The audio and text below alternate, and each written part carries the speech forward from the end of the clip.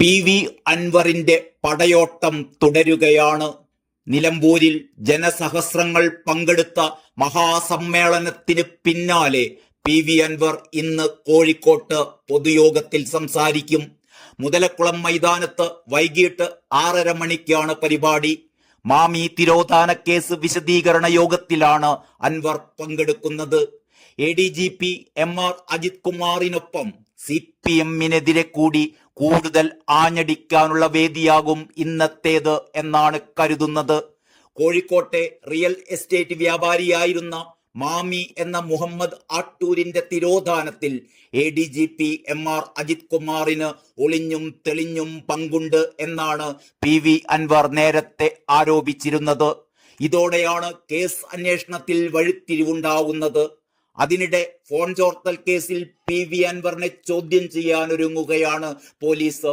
നെടുങ്കുന്നം സ്വദേശി തോമസ് പീലിയാനിക്കൽ നൽകിയ പരാതിയിലാണ് കോട്ടയം കറുകച്ചാൽ പോലീസിന്റെ നീക്കം. ഉന്നത ഉദ്യോഗസ്ഥരുടെ ഫോൺ ചോർത്തി സമൂഹത്തിൽ സ്പർദ്ധ വളർത്തി എന്നായിരുന്നു പരാതി. കഴിഞ്ഞ ദിവസം കേസിൽ പരാതിക്കാരന്റെ മൊഴി പോലീസ് രേഖപ്പെടുത്തിയിരുന്നു.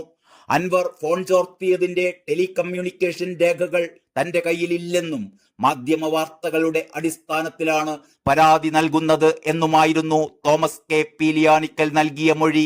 അതേസമയം താൻ ഫോൺ ചോർത്തിയതല്ല, തനിക്ക് വന്ന ഫോൺ കോൾ റെക്കോർഡ് ചെയ്തതാണ് എന്നാണ് അൻവറിന്റെ വിശദീകരണം. മലപ്പുറം ജില്ലയിലെ കക്കാടംപൊയിലിൽ പി.വി. അൻവറിന്റെ ഉടമസ്ഥതയിലുള്ള PVR നാച്ചുറൽ പാർക്കിലെ തടയണകൾ പൊളിച്ചു നീക്കാൻ കൂടരഞ്ഞി പഞ്ചായത്തും നടപടി തുടങ്ങിയിരിക്കുകയാണ്.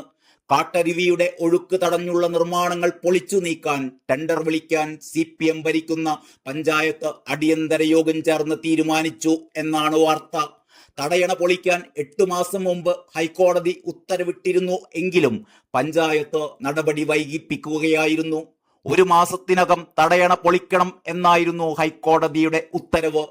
അൻവർ CPM-മായി അകന്നതോടെയാണ് പഞ്ചായത്ത് അതിവേഗം അൻവറിനെതിരായ നടപടിയിലേക്ക് കടന്നത്. CPM ബന്ധം ഉപേക്ഷിച്ചതിന് പിന്നാലെ പുതിയ പാർട്ടി രൂപീകരണം സംബന്ധിച്ചുള്ള വിശദീകരണവും ഇന്നലെ അൻവർ നടത്തിയിരുന്നു. താൻ പാർട്ടി ഉണ്ടാക്കാൻ ഉദ്ദേശിക്കുന്നില്ല എന്നും ജനങ്ങളൊരു പാർട്ടിയായി മാറിയാൽ ഒപ്പമുണ്ടാകുമെന്നുമാണ് അൻവർ പറഞ്ഞത്. തനിക്ക് ശരിയല്ലെന്ന് തോന്നുന്ന കാര്യങ്ങളിൽ ഒരു വിട്ടുവീഴ്ചയും ഉണ്ടാകില്ല. നാളെ ഈ നാട്ടിലെ ഏതെങ്കിലും ഒരു തെരുവിൽ ഞാൻ വെടികൊണ്ട് വീണേക്കാം. ഒരൻവർ പോയാൽ മറ്റൊരൻവർ വരണം.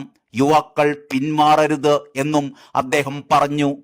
കക്കാടംപൊയിലിൽ പാർക്ക് പ്രവർത്തിപ്പിക്കുന്നതിന് പ്രശ്നമില്ലെന്ന് ദുരന്ത നിവാരണ അതോറിറ്റി റിപ്പോർട്ട് കൊടുത്തതാണ്. ചില സ്ഥലങ്ങൾ സ്റ്റെബിലൈസ് ചെയ്യണം എന്നു മാത്രമാണ് പറഞ്ഞിരുന്നത്.